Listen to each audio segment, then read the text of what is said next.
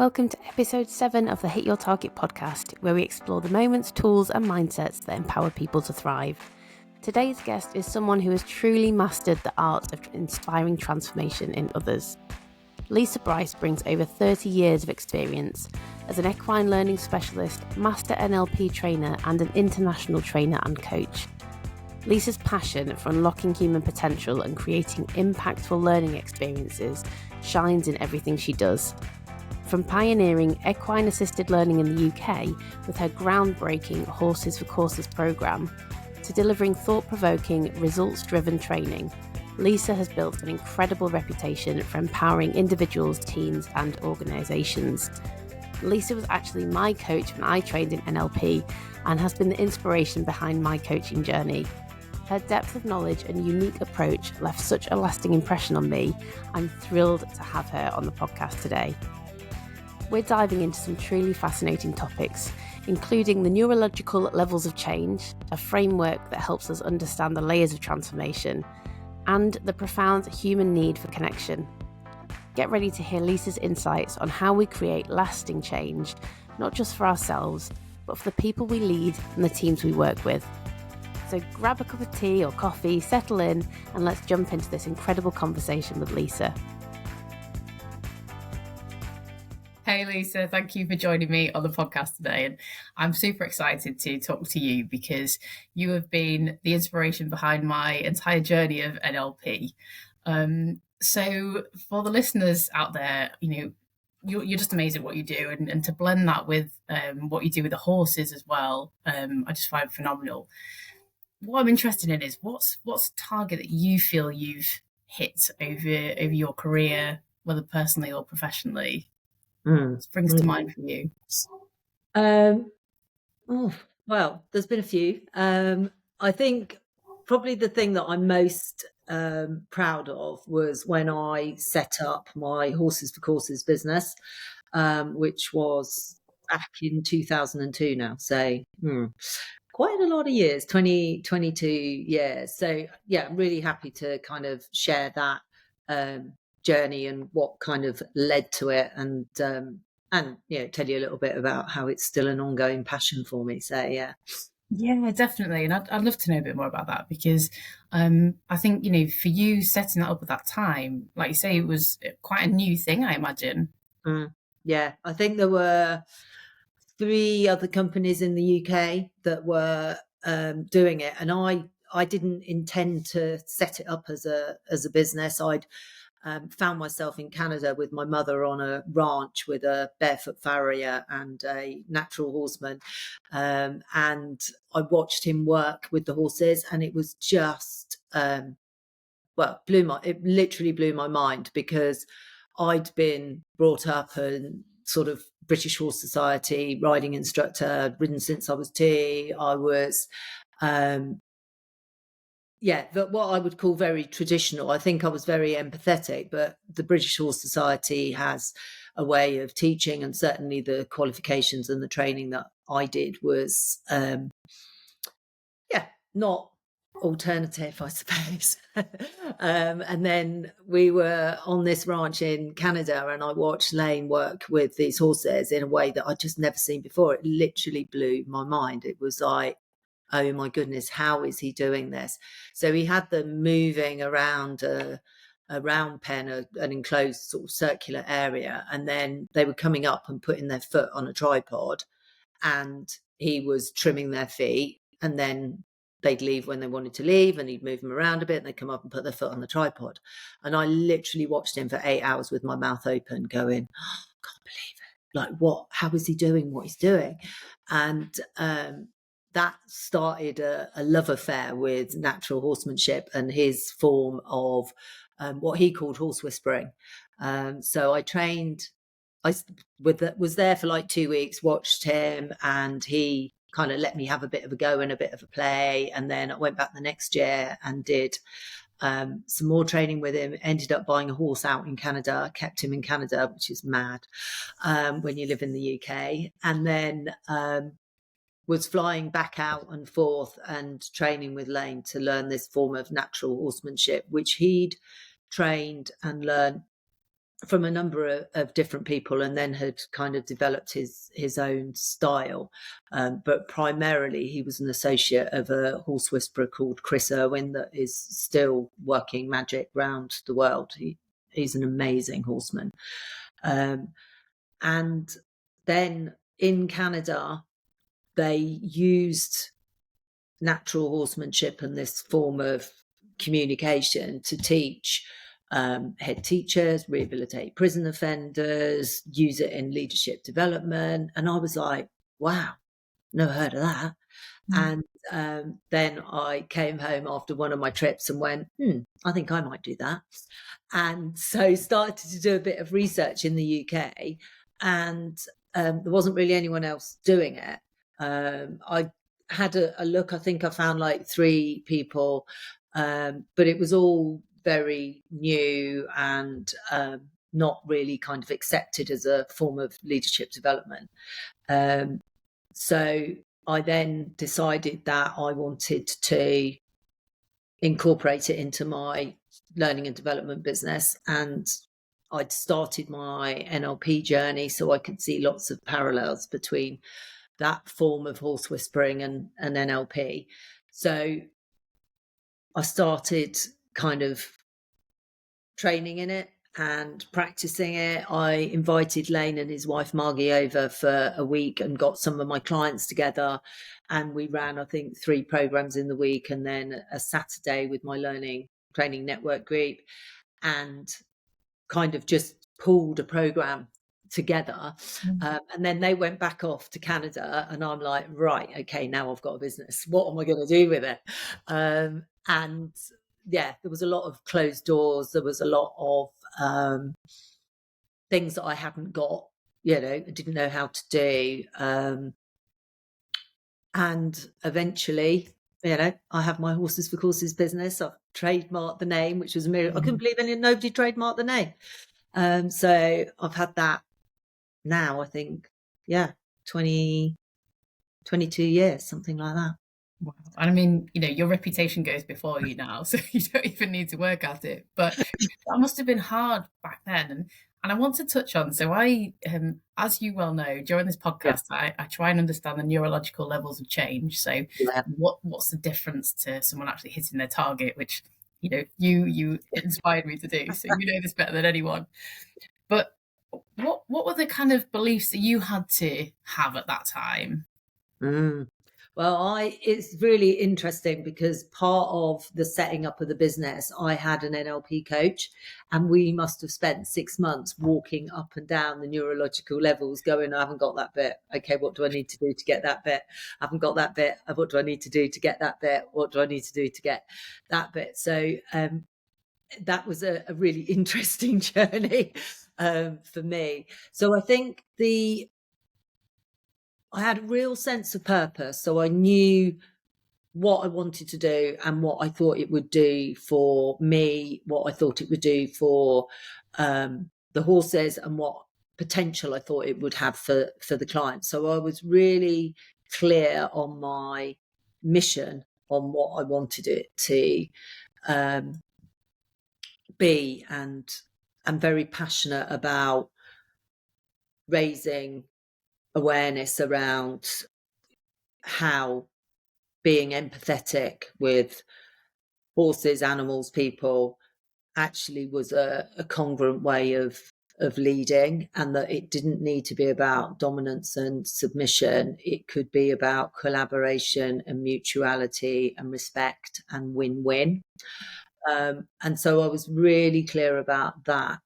I had a massive issue with the identity of being a horse whisperer. I was going to ask you that, yeah.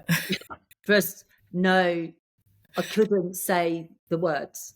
I could not say I am a horse whisperer. And I still struggle with it, because for me, horse whispering was tied up with like showmanship.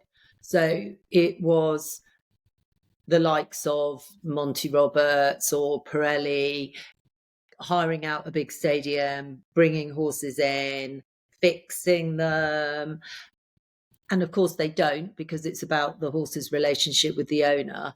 And it was all very, aren't I aren't I great? The purpose, and I understand their purpose behind what they were doing, was to improve animal welfare, to improve the relationships. But for me, there just seemed to be too much ego in it. And so I really struggled with that word, horse whisperer. I am a horse whisperer. I can say I am a horsewoman. Yeah. I can say I do natural horsemanship. I can say I do equine facilitated learning. And they're all kind of behavioural statements, not identity statements. So I do think I do hold myself as a horsewoman now. And I'm very passionate about the dynamic and the relationship with the horse, and being able to put myself into the horse's shoes and consider how it is from their world and what would actually make them really happy. Which is a long way of answering your what beliefs did I hold, because I had so many limiting beliefs that needed to be turned to enabling beliefs before I could actually do it. Yeah. So did I have enough skill? Who was I? Could I step into something that was like unfamiliar and not really known? So I was like a real early adopter, which gave me lots of advantages, because the minute that I think it was Carlsberg who were my first client, or first big client, and they had some press in one of the big coaching journals. And then once they'd done it, it was like, oh, if Carlsberg do it, then, we'll do it, and then we'll do it, and then we'll do it. So it was quite a few doors being closed. So like CEOs often would get the concept. HR directors often would go, oh, I can see how we can translate that interaction into an interaction with a human to human. The finance directors would go, you're going to do what with what? Literally. I'm like, yeah, okay. So there was a lot of, and I didn't have the right skills. I didn't have the right environment. So there was a whole host on the neurological levels of things that weren't in place. Yeah, I think, from my perspective as well, and having done some of that work with you, with the horses, I mean, I remember saying to you, I so want to get in there, but I was terrified of the size of the horse and everything else. And I know you literally held on to me and guided me around. I'll stay next to comfort zone. Yeah, exactly. Yeah. So, I mean, did you have any of that? Because you'd already obviously been around horses a lot, but to feel that connection, I mean, I wouldn't consider myself, kind of familiar with horses, but there was a point where I got that connection, that rapport with the horse, and it was just amazing. So yeah, I remember the first time that I actually felt that connection, and it was such a like heart connection, and I literally had tears streaming down my eyes. It just felt so magical and awe-inspiring. And I think for people to get that embodied sense of what is it like to be really connected to another being, and how is that, how do we experience that in our body, not just in our head? It's not an intellectual academic, rapport isn't a intellectual academic topic. It's how can my heart connect with your heart, and how do we find a way of kind of partnering through whatever the situation is that we're kind of find ourselves in.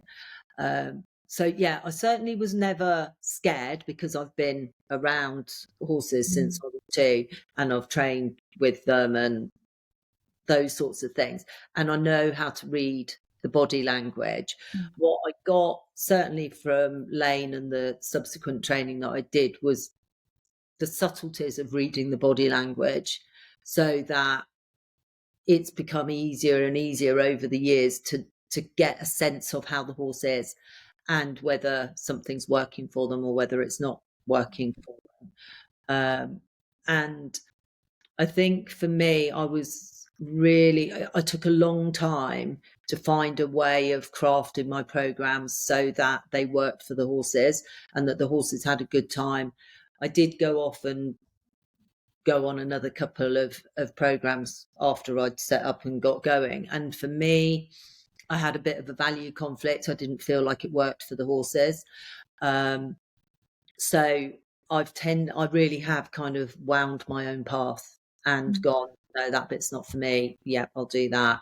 Like, this is kind of where I'm going. So I found it really clear, because I know so well what my values are around animal welfare, and I believe really strongly if we domesticate an animal, then we take it out of its natural environment, we have a responsibility to make its life the best that it can be.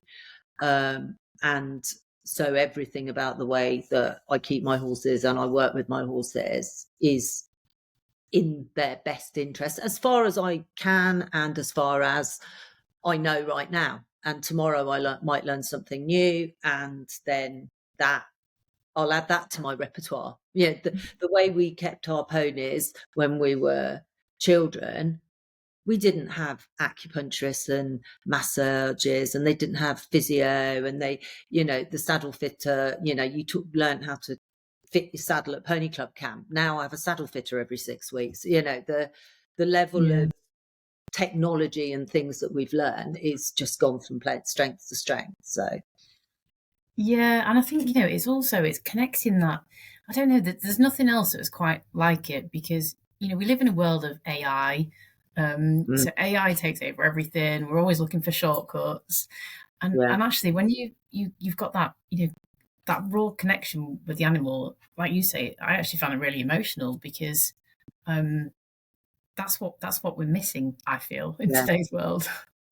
Well, if you look at the statistics of, like, I think somebody said to me the other day, it was something like one in 8 young adults were reporting mental health issues. So what on earth are we doing in a society where we're not connecting? Because even when I talk to my lovely, gorgeous nieces and they say, oh, I was chatting to, and I double check it. I go, oh, you went for a coffee? Oh, no. Oh, you spoke on the phone? No. Oh, you were WhatsApping or texting. And that distance, that separation, and the opportunity for misunderstanding and miscommunication is just so rife. And then we've got the world of social media where everyone's comparing themselves with everybody else. And actually, I don't know how that makes anyone happy. So having that real, humans are gregarious animals. They live, we like to connect. We need that social contact in the same way as the horses. Their survival depends on living in a herd. Actually, just getting that level of connection for a short period of time, like, really boosts our whole sense of well-being. Yeah, and and I think that's exactly it, because I remember you saying about how one of our basic human needs is to be part of something, to be connected, and I do feel that is something that we're tragically missing. So sad. Tell me as well about so was there anything that kind of came up for you when you were starting your business that you thought, actually, that there's something I didn't realize I didn't know, and you've had to loads of things I didn't know. I still don't know anything. I mean, as a coach, you're forever learning, and you're you're just continually doing courses, and I think I've got that bug now, because it's like, wow, what's next? Yeah, what can I do next? What shall I learn about next? Yeah, I'm going to go and do this. Yeah, exactly. But was there something that really kind of floored you, and you thought, oh, I'm not sure where to go with this? Or I think for me, because I've always really valued coaching, I don't tend to get completely floored by things, because one, I trust that I've got resources and support networks that there will be a solution to whatever the problem is. So I'm more about, well, where do I want to go and how do I need to get there? And I know that it's never it's never a dotted, straight line. It's normally a ziggy-zaggy one. And so for me, it's that flexibility. So if you come up against an obstacle or a barrier, it's, okay, so what are we going to do about it? Yeah, can we get around it? Can we go sideways? Do we need to get a ladder, build a bridge? What is it that we need to do in order to circumvent that to get where I want to go? So I think for me, it's about having if I've got a compelling enough goal, like if it's worth the price that it's going to cost to achieve it, then I'll just keep going until I come up with a solution. So yeah, I don't particularly get flawed. I've had my own business now 24 years, 25 years next year, and there's been times when like COVID wiped it out. It's like, oh, okay, no plans. I know what I'll do. I'll write a book.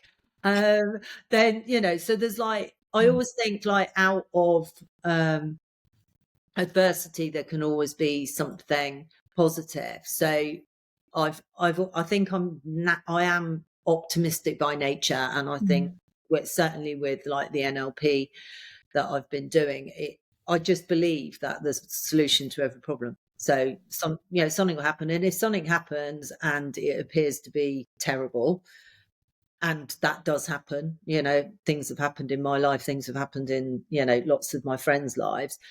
Actually, there's normally something that you can find that the good will come out of it eventually, or you can use it to good effect. So I think I move towards what it is that I want to achieve. Yeah, that's something I've definitely learned. I remember you saying, because of the nature of what I do or have done in HR, it's focusing on risks and problems, not having that, changing some of that. I'm conscious some of the listeners won't understand necessarily what neurological levels of change are.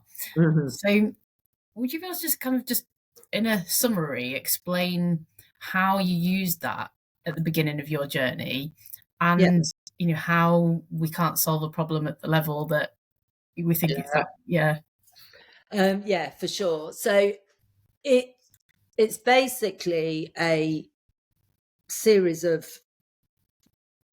different ways. It's called logical levels because they're related to each other. So one will depend on the other. So as it kind of runs up, actually, I think Robert Dilts originally had it in a circle. I was taught it in a straight line because I think that's kind of an easier way of understanding it. But it's like, what if you want to do something? What's the environment? What environment do you need in order to do that? So it might be anything from your skin out. What then are the behaviors? What are the things that you're going to do repeatedly or consistently or really well that are going to help you achieve it? What skills and capabilities do you need and you want to draw on? What do you need to believe about yourself, the situation, the person? And then what's your sense of identity? So I am a horsewoman, not a horse whisperer. Actually, it's a semantic and actually massively different because words mean different things to different people. Mm-hmm. And then what's the purpose? What's it do for you? What's it do for others? So when I first was exploring with my coach, setting up the business, I don't think I even had any horses. So it was like, okay, so I need to borrow some horses. Then I need to have an area that I can do them, and then somewhere that the clients can be. And what if it rains? And have we got a roof? And what am I going to feed them? And all of those sorts of things.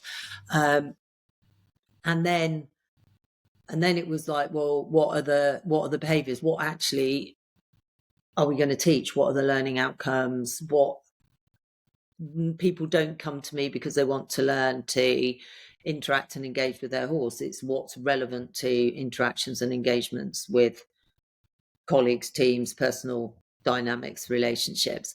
And then what skills have I got? And then I found that I hadn't got a load of them, so I needed to do some more training. What did I believe about myself And it was like, oh no, I can't do this. Maybe I can only do it in Canada. And then I remember I came back from a training. I was like, yeah, I've nailed it. I've got the skill to do this. And I said to my friend, I said, oh, let me show you what I can do now. And I worked with a horse and it just ran off. I'm like, okay, so I can only do it with Canadian horses. Apparently it doesn't work on the ones in the UK. It's just like, so you just kind of keep going round and round and round, like just tweaking things until it starts to fall into place to be something. And then for me, it's about having alignment. So when they all support each other, that's when you get a flow of purpose, or you get a flow of creativity or passion, and that then takes on almost like a life of its own, because it's really aligned, it's really congruent. You're not fighting against something, and you're not being something that you're not, and it isn't supported by the values that you hold and the beliefs that you hold. So yeah, thank you for that. I think, it is so useful, because I hear a lot of people, I mean, I've done this as well, I've said to you, I don't feel like I'm really qualified to do this, I don't think I've got the skills, maybe I need another course, or I need to do another thing. Yeah. Actually, it comes down to that belief of whether you believe you can or you can't. Yeah. You're right in some circumstances. Absolutely. And I think sometimes people are kind of what I would call almost overconfident. They like read a book and off they go. They're like, hey, I'm going to go and do it. And you're like, oh, you're going to read a book and fly an aeroplane? Yeah, okay. Maybe there's some other things you might want to do. Like take a flying lesson or something. Yeah. And actually, I really admire that. And I think we can get hooked into I do need to do some more training. I can't. And I think it's that comfort zone, stretch zone, panic zone piece, isn't it? And being honest with oneself in terms of what one's skill and capacity is at that point in time, and actually just moving it forward. And for me, if we've got a really compelling goal, like something that you really, really want to, which often starts with what I don't want, I don't want that. But once we've got a direction of travel, then it can be, it's a continuous loop, isn't it? It's a feedback loop. Like, am I getting closer? Am I getting further away? Am I getting closer? Am I getting further away? Yeah. So tell me, Lisa, is there one thing that, some really bad advice you've received, or something that you just, really makes you cringe that you've heard over the years? I think the thing that creates the most amount of charge in me, like sort of I'll come out fighting against it, is when people you can go, which people? When I have heard certain people give their opinion as if it's like a fact or a universal truth. And so when somebody says to me, it's like this, and they're really like dogmatic about it, and I kind of go, no. And I can feel like I have a visceral like response to it. I'm like, yeah, well, that's your opinion. It's like, that's your experience. That's true for you. It's not true for me. So when someone does that to me, like wants to have me, like put me in a box that goes, you're like this, I'm like, I don't think so. So I will definitely kick against that for sure. Yeah. And it's interesting how many people do that. I try to be conscious of it, because I remember you talking about this, but